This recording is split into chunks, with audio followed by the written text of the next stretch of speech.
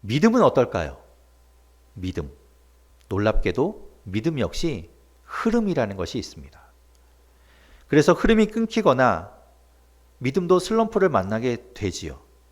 그럴 때 우리가 그 슬럼프를, 그 어려움을 극복하지 못하고 주저앉게 되면 거기에서 우리의 믿음은 그냥 머물러 있게 됩니다.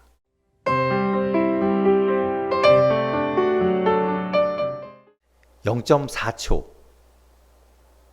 굉장히 짧은 시간이죠. 우리가 1초를 표현할 때 똑딱 이렇게 표현합니다. 그런데 0.4초라고 한다면 똑딱도 아니고 똑도 안 되는 시간이죠. 그렇게 짧은 시간이 0.4초입니다. 그 시간이, 그 짧은 시간이 과연 어떤 일을 일으킬까요? 우리는 코로나19로 인해서 우리 삶의 모든 부분이 영향을 받지 않는 부분이 없이 다 영향을 받았고 지금도 받고 있고 또 앞으로도 한동안은 계속해서 그 영향 가운데 있게 될 것입니다.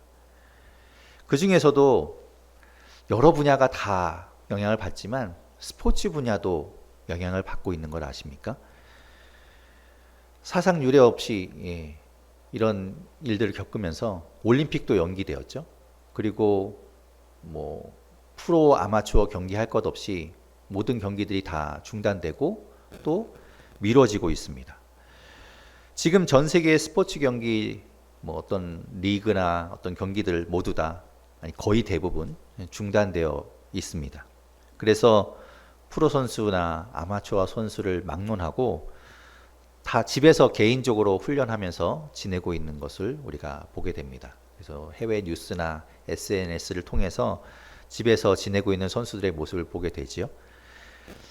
다른 것들에 비해서 스포츠는 우리가 생각할 때 운동에서 중요한 것은 힘이고 기술이라고 생각하기 쉬운데 잘 생각해 보면, 가만히 들여다보면, 알고 나면 의외로 이 스포츠 운동이라는 것이 상당히 리듬과 어떤 흐름을 중요시 여기는, 그것이 중요한 분야라는 것을 우리가 알게 됩니다.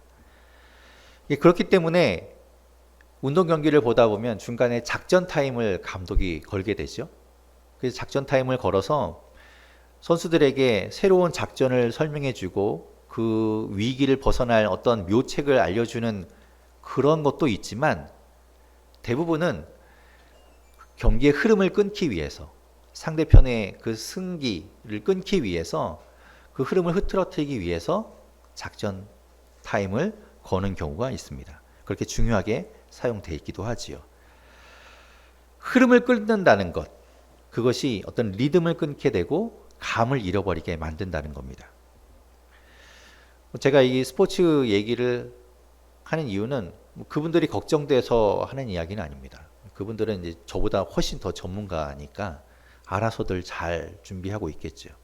제가 그런 부분들을 걱정해서 하는 이야기는 아니고, 제가 왜 이야기를 꺼내는가 하면 흐름이라는 것, 그리고 감이라는 것, 리듬이라는 것이 다 연결되어 있다는 걸 이야기하면서 어떤 용어를 설명하기 위해서 지금 이야기하고 있는 겁니다. 원래 지금 우리나라에서는 한참 프로야구 경기가 진행되고 있어야 할 때입니다. 여러분은 타자가 타석에 들어서서 배트를 들고 투수가 던지는 공을 치기까지 얼마나 걸리는지 아십니까? 그 시간이 바로 0.4초입니다. 0.4초 안에 들어오는 공을 받아쳐야 하는 것이죠. 그러니까 0.4초라는 그 짧은 시간이 경기의 흐름을 완전히 바꿔놓는 중요한 시간이 될 수 있다는 겁니다. 0.4초라고 하니까 감이 잘 안 오실 텐데 우리가 눈을 깜빡하는 그 시간이 0.4초라고 합니다. 그러니까 정말 말 그대로 눈 깜빡할 사이에 공이 지나간다는 거죠. 그 공을 쳐야 되는 겁니다. 제대로 맞춰야 되는 것이고 담장을 넘겨야 하는 겁니다. 그러니까 그렇게 빨리 오는, 순간적으로 지나가는 그 공을 보고 친다라는 건 불가능에 가깝죠. 그런데 어떻게 타자들은 그 공을 뻥뻥 쳐대고 홈런을 잘 치고 그러는 것일까? 미리 타석에 들어서기 전에 내가 어떤 공을 쳐야 되겠다라고 마음을 먹고 결정을 하고 들어간다는 겁니다. 그래서 그 공이 왔을 때 친다는 거죠. 그 공을 결정할 때는 물론 그동안에 쌓여있던 그 투수에 대한 데이터를 가지고 결정을 합니다. 그 투수가 어느 공을 잘 던지는지, 위기의 상황에서 어떤 공을 주력으로 던지는지 이런 것들을 예상하고 그 공을 노리고 들어가는 것이죠. 그런 것이 없을 때 타자들은 어떻게 하는가 하면 자신이 지금까지 타석에서 여러 투수를 만났던 그 경험들, 그리고 그 상대 투수와 대결했던 그 경험, 그런 것도 없다면 대기 타석에서 상대편 선수가 던지는 것을 보면서 아, 저 투수는 이런 흐름으로 이런 공을 던지는구나 라고 판단하고 그 공을 노리고 들어간다는 것이죠. 그리고 그 공을 노리고 들어간다고 해도 0.4초라는 그 시간 안에 그 공을 치기 위해서는 리듬이라는 것이 굉장히 중요합니다. 그래서 타자들은 타석에 서서 가만히 우뚝 서 있는 것이 아니라 그 투수의 리듬에 자신의 리듬을 맞춥니다. 그래서 마치 이 흐름을 옛날에 우리 만담하듯이 딱딱 떨어지도록 그렇게 맞추어 가는 것이죠. 이 이야기를 듣고 나중에 이제 프로야구 경기를 보시게 되면 타자들을 유심히 보십시오. 가만히 서 있는 타자는 없습니다. 다 움직이면서 어떤 흐름을, 리듬을 타고 있는 걸 볼 수 있습니다. 그래야 맞출 수 있는 것이죠. 그러니까 처음 보는 투수, 생전 처음 보는 투수의 공이나 전혀 생소한 폼을 가지고 있는 투수는 상대하기 어려운 겁니다. 리듬을 맞추지 못하니까. 얼마 전에 우리 드라마 중에 스토브 리그라는 드라마가 있었습니다. 그래서 프로야구의 뒷이야기들을 우리가 알게 되었죠. 프로야구 각 구단은 해마다 신인들을 선발합니다.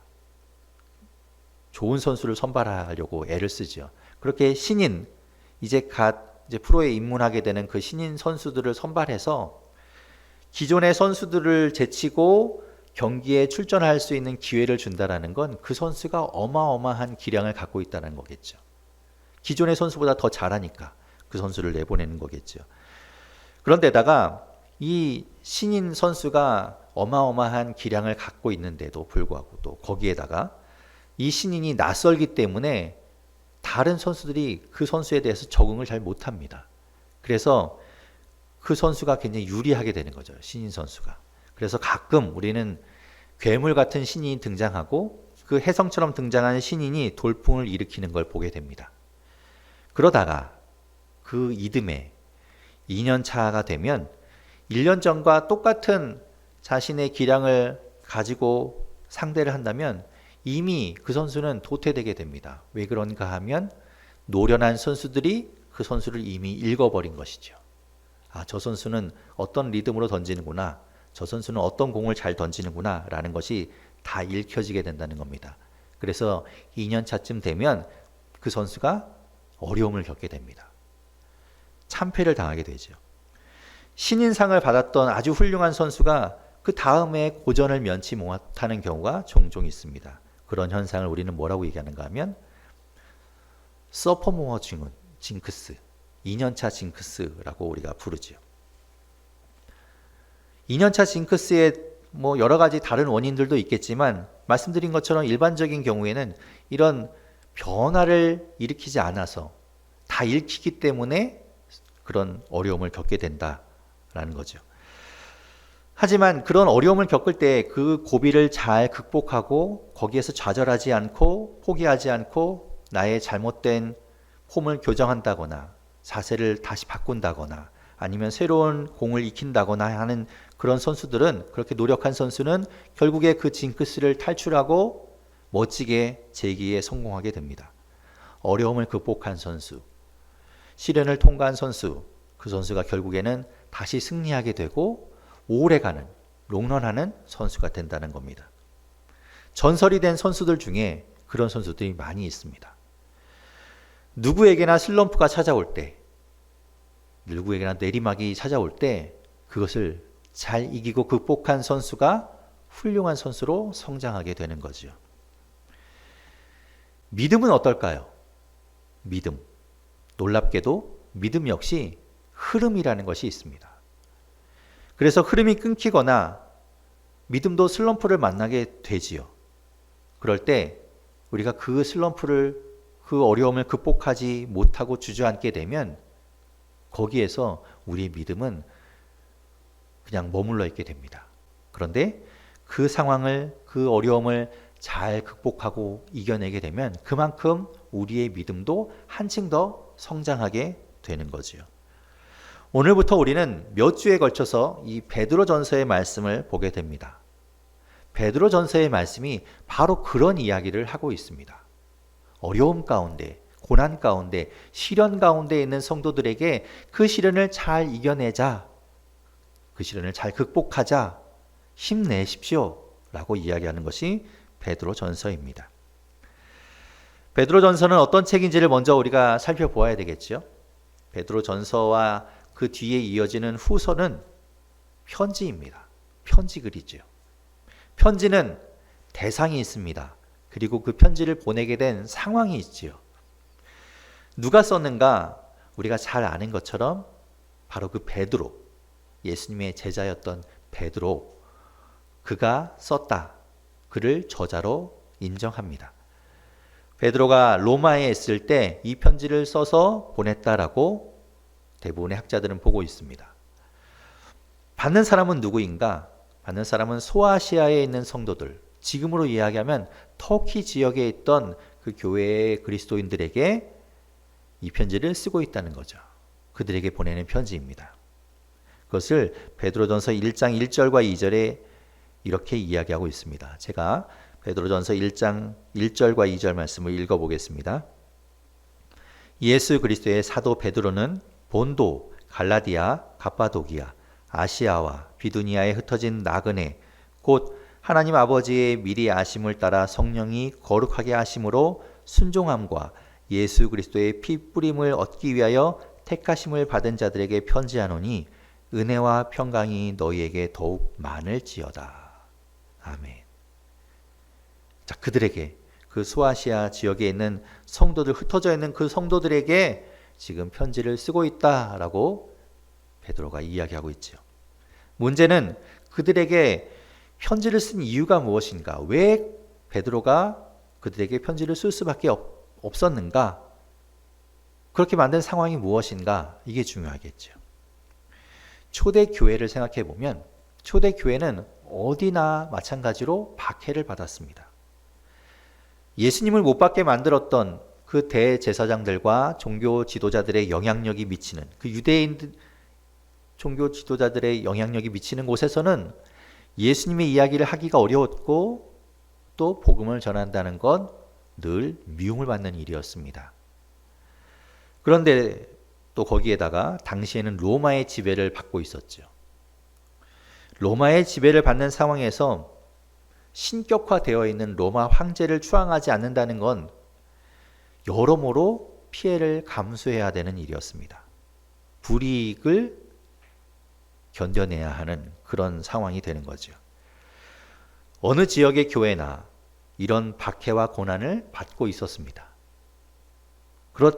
그렇지만 그런 어려움을 견딜 수 있는 그들의 마음 가운데는 소망이 하나 있었습니다.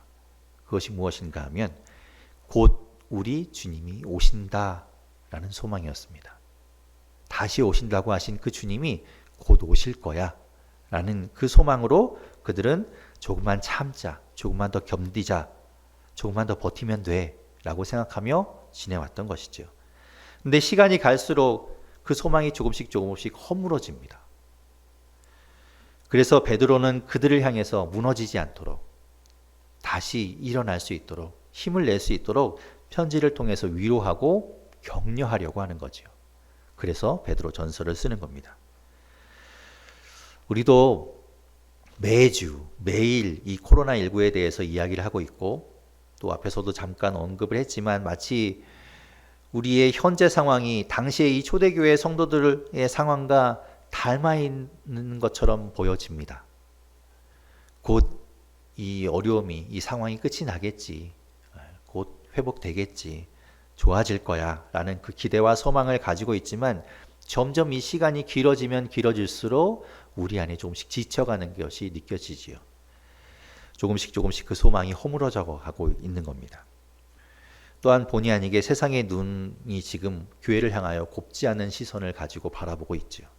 그런 상황 가운데 마치 이 베드로전서를 받는 교회의 성도들이 박해를 받고 미움을 받는 상황과 뭐 아주 똑같진 않지만 그런 유사한 상황 가운데 지금 이 베드로전서를 보는 우리는 그때의 성도들과 같은 그런 마음으로 이 말씀을 보게 되는 것이지요.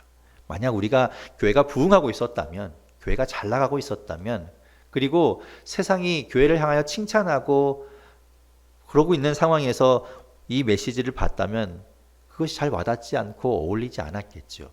그런데 지금의 상황이 좀 닮아있기 때문에 마치 우리를 향한 말씀처럼 느껴진다는 겁니다. 오늘 본문 가운데 그것을 우리가 보게 되기를 바랍니다. 먼저 오늘 본문 3절 말씀 우리 같이 읽어보겠습니다. 3절 같이 읽겠습니다. 시작. 우리 주 예수 그리스도의 아버지 하나님을 찬송하리로다.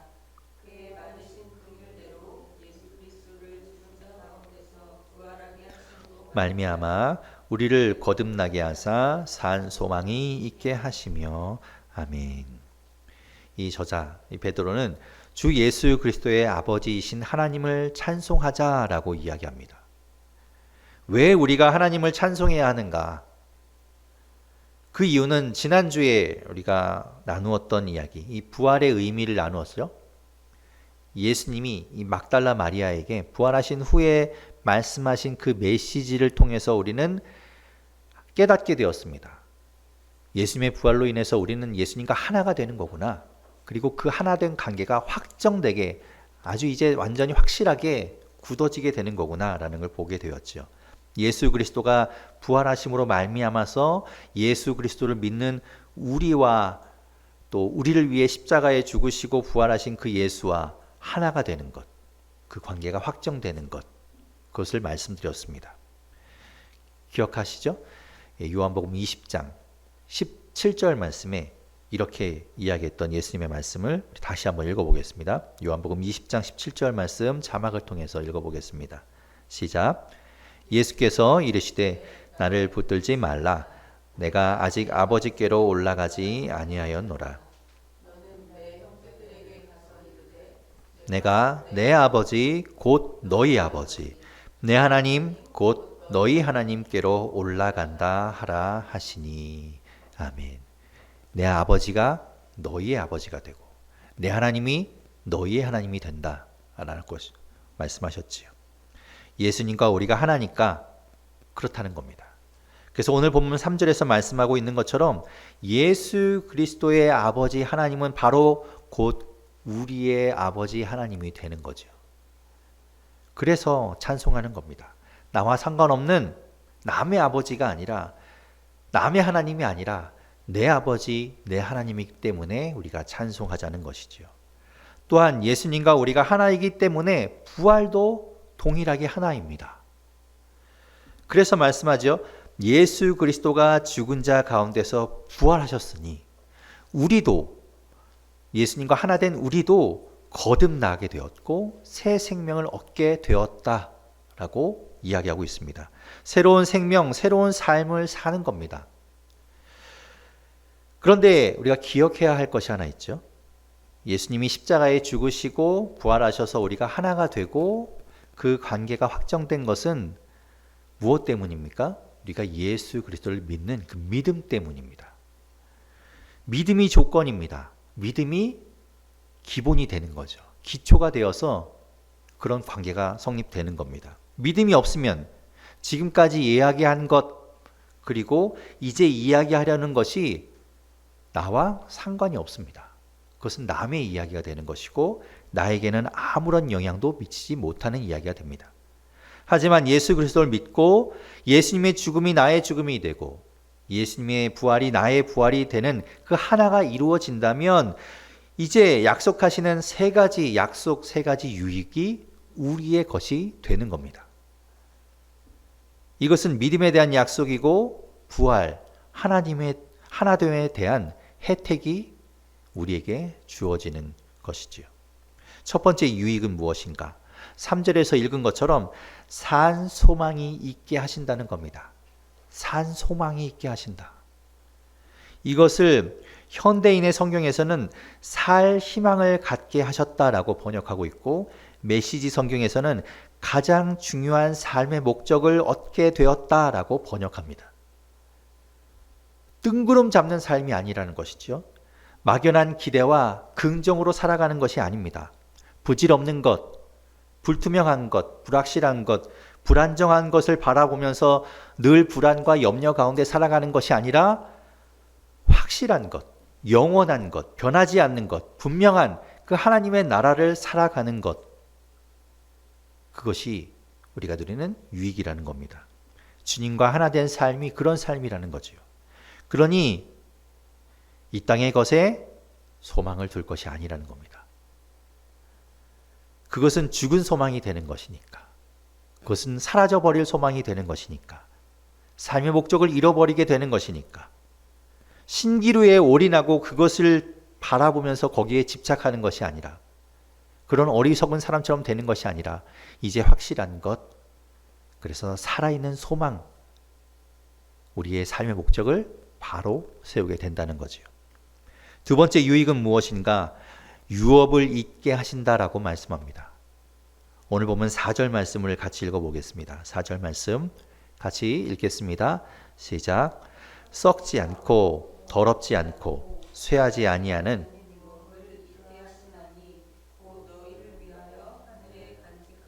것이라.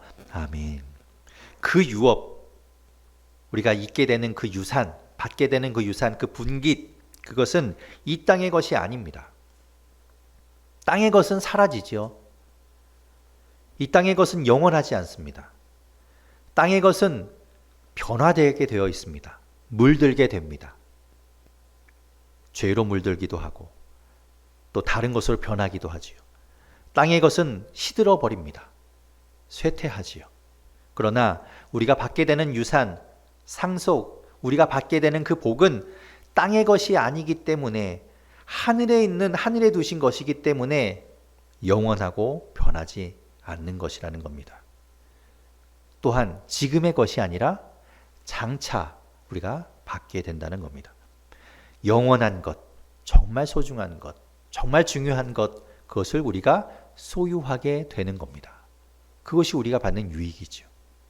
그러니 이 땅을 살아가면서 낙심할 것이 아니죠.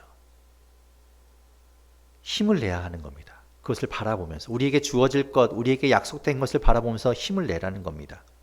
진짜 중요한 것이 당신을 위해서 준비되어 있다는 겁니다. 세 번째, 우리가 받게 되는, 우리가 누리게 되는 유익은 무엇인가? 보호하심을 받는다는 겁니다. 오늘 보면 5절 말씀에 이렇게 말씀합니다. 오늘 5절 말씀 같이 읽어보겠습니다. 시작. 너희는 말세에 나타내기로 예비하신 구원을 얻기 위하여 믿음으로 말미암아 하나님의 능력으로 보호하심을 받았느니라. 아멘.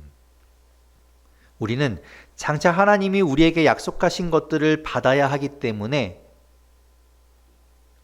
하나님께서는 우리를 보호하신다는 겁니다. 만약 하나님이 그 구원, 약속하신 것을 안 주려고 하시는 분이거나 어떻게든 핑계를 대면서 요리조리 빠져나가려고 하는 분이라면 우리를 굳이 보호하지 않겠지요. 안 줘야 되니까.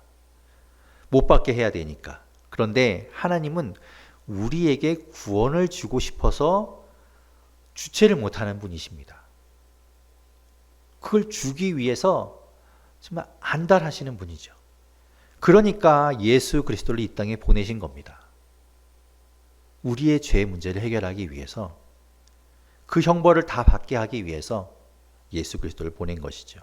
그런 분이기 때문에, 하나님이 그런 분이기 때문에 받아야 할 구원을 못 받게 될까 봐 하나님께서는 하나님의 능력으로 우리를 보호하신다라는 거죠. 그렇다고 해서 하나님이 우리를 슈퍼맨의 망토 같은 것으로 이렇게 감싸고 막으신다는 것이 아니죠. 그런 것으로 오해하면 안 됩니다. 우리가 상하지 않고 다치지 않고 보호받는다, 이런 것이 아닙니다. 사탄은 광야에서 예수님을 시험할 때 이런 것을 가지고 시험했습니다. 그래서 예수님을 성전 꼭대기로 데리고 가서 너가 여기서 뛰어내려라. 그러면 하나님께서 천사들을 보내서 너를 다치지 않고 상하지 않게 할 거다라고 시험합니다. 예수님은 그게 그런 뜻이 아니라고 이야기하시죠. 하나님이 보호하신다는 것이 그런 보호하심이 아니라는 겁니다. 최종적으로 마지막에 가서 구원을 이루도록 보호하신다라는 것, 그것을 우리는 잊지 말아야 합니다. 그러니 우리는 하나님 안에 머물러 있어야 합니다. 그가 보호하시는 그 테두리 안에, 그 울타리 안에 우리가 머물러야 하는 것이죠. 그것을 뿌리치고 떠나면 보호하심 가운데 있지 못하게 되는 겁니다. 우리가 이 세 가지 유익을 가지고 그것을 누리고 살아가지만 이 땅에서 살다 보면 우리는 시련을 만나게 됩니다. 마치 말씀드린 것처럼 엄청난 재능을 가진 괴물 선수라고 하더라도 처음은 좋지만 언젠가는 시련을 만나게 되고 어려움을 만나게 되는 것처럼 슬럼프를 겪게 되는 것처럼 말이죠. 그래서 오늘 보면 6절에서 9절 말씀은 이렇게 말씀하고 있습니다. 같이 6절에서 9절 말씀 읽어보겠습니다. 시작. 그러므로 너희가 이제 여러 가지 시험으로 말미암아